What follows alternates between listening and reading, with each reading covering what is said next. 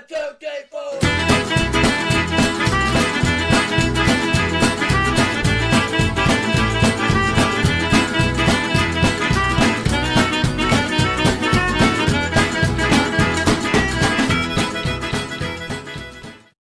Si ficticio en Zubiri tiene una cierta acepción más o menos parca o tal, la idea lo que quiere rescatar Zubiri es el carácter relevante, si se quiere, de lo irreal.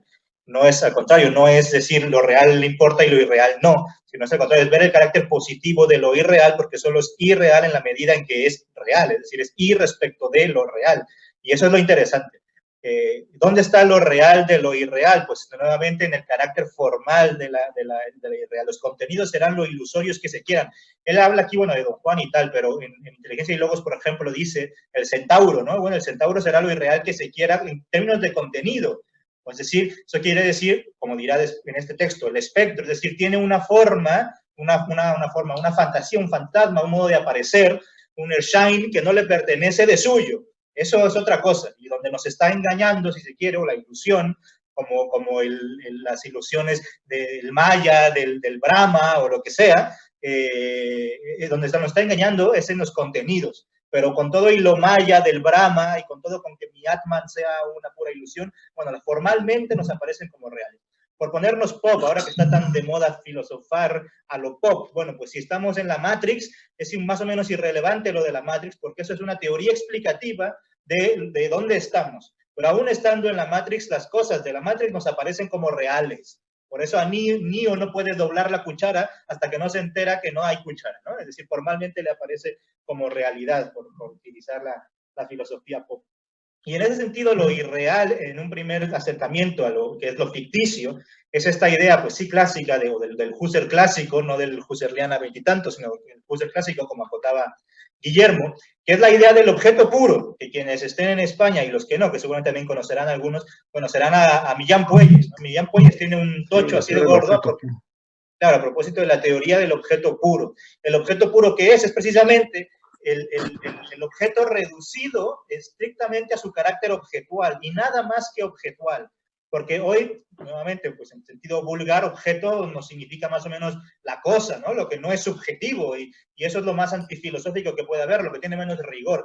El objeto en filosofía, y es así como lo utiliza Husserl, como lo utiliza Kant, el Gegenstand y todo esto, es lo que está lo que está gegen, lo que está contra mí. Es decir, el objetivo siempre es subjetivo. Pues bien, en ese sentido, lo puramente objetivo es irreal en el sentido clásico o trivial de la palabra, en el sentido de que es puro objeto, porque objetos lo son no solamente las piedras y los árboles, sino también objetos son los fénix y los elefantes rosas, y todos son objetos, porque están yectos of me, ¿ven? En ese sentido son objetos, y podemos hacer una teoría del objeto puro, preguntarnos por cuáles son los modos de hacerse presente del elefante rosa, independientemente de que exista o de que tenga ens reale o no. Ahora bien, esa teoría del objeto puro, como dijera Millán Puelles, nos dice poco respecto de lo que él dice, lo que es transobjetual, es decir, no todos los objetos son transobjetuales. Hay objetos que se agotan en su pura objetividad, como el fénix, como no sé, el elefante o lo que sea, pero hay objetos que no se agotan en su pura objetividad, sino que son transobjetuales. El niño de la foto que dice Guillermo y lo que sea, cualquier otro, o esta piedra que tengo aquí, etcétera. Bueno, pero en cualquier caso, ya sea con la idea de la transobjetualidad de Millán Puelles, o con la idea del ens reale, o lo de la realidad que está neutralizada, si se quiere, en todos esos casos, esa idea de realidad que se está precomprendiendo o asumiendo, como se quiera llamar, no es la idea de realidad que quiere construir o que quiere desvelarnos o revelarnos o que quiere trabajar Zubiri. Y esto es lo interesante, porque todos ellos suponen realidad como existencia, lo identifican, realidad con existencia, de modo tal que el objeto, para ser objeto, no requiere de realidad porque no requiere existir. Y eso es verdad, el fénix no tiene existencia y sin embargo puede seguir siendo objeto. Bueno, pues Zubiri dice, la existencia es algo que compete al contenido. Los contenidos dependerán o sea, serán los términos, sí, serán las características contenido las que dirán si el fénix existe o no existe. Por ejemplo, si yo tengo una esquizofrenia y veo arañas, Bueno, las arañas me aparecen como reales a pesar de que en términos de contenido esas arañas no sean reales. Pero ¿cómo sé que no son reales? Pues si estoy yo solo en mi cuarto no lo voy a saber jamás, pero tengo que dialogar con un médico, es decir, recurrir a una teoría explicativa y tal, que para que me diga que en términos de contenido esas arañas pues no tienen existencia, ¿vale? Entonces, realidad no es existencia, es, como decía un poco fenomenológicamente, modo de aparecer. Y en ese sentido, los objetos, aun cuando sean objetos puros o los objetos transobjetuales, aparecen, tienen formalidad de realidad. Ahora bien, respecto de esto, surge la pregunta que hace Carolina.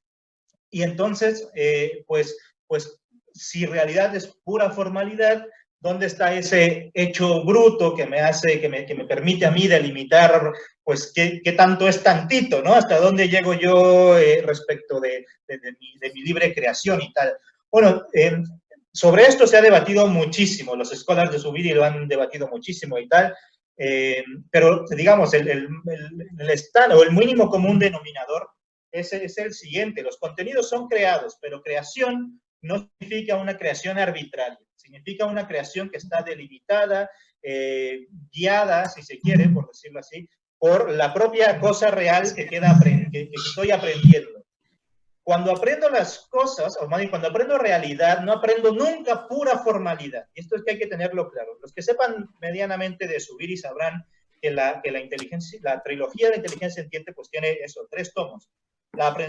El primero que está dedicado a la aprehensión primordial de realidad, el segundo al logos y el tercero a la razón. Eso da la impresión, una mala impresión, de que hubiera 3 actos de la inteligencia. Pues la aprehensión primordial, el logos y la razón. No, lo que hay son 2 actos de la inteligencia.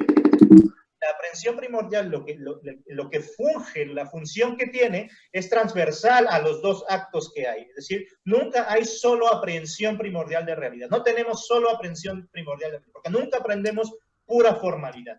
Zubiri lo dice una y otra vez. Esa realidad siempre está reclamando ser realidad de algo. Nunca hay pura aprehensión de realidad pura. ¿Qué sería eso? Es una quimera. Eso sí que sería lo más irreal o lo más arreal, como dijera Zubiri en el 80. Lo más arreal posible, lo que nada tiene que ver con la realidad, sería una pura realidad, una realidad sin contenidos.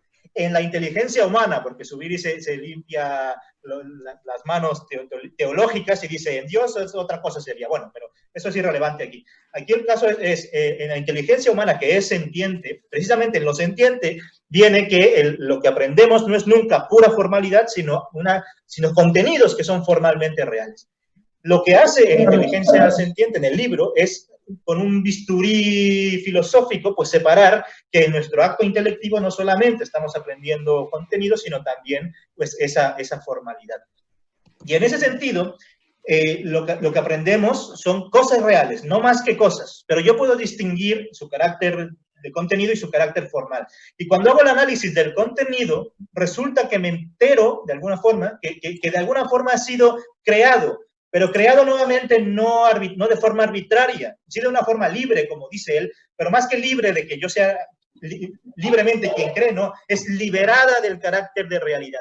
Yo puedo ir poniendo unos caracteres u otros. Ejemplo, que esto de que los filósofos no pongan ejemplos es perdone la palabra, es un coñazo, porque nos meten en disquisiciones teóricas que nos alejan más de lo que tendría que mantenernos en la verdad y no en decisiones lingüísticas. Bueno, pues ejemplo que yo pongo. Estas imágenes multiestables, ¿no? Piensen en el famoso pato-conejo. ¿Usted ve un pato o ve un conejo? Bueno, pues lo que usted está haciendo es crear el contenido, precisamente. Zubiri diría el percepto en este caso. Está usted creando el percepto en función de dónde está usted poniendo la atención, si en el fondo la figura está creando el pato o el conejo. Eso es medianamente arbitrario o libremente elegido en función de lo que vale. Pero ya sea pato o ya sea conejo, usted está aprendiendo el pato o el conejo de forma real.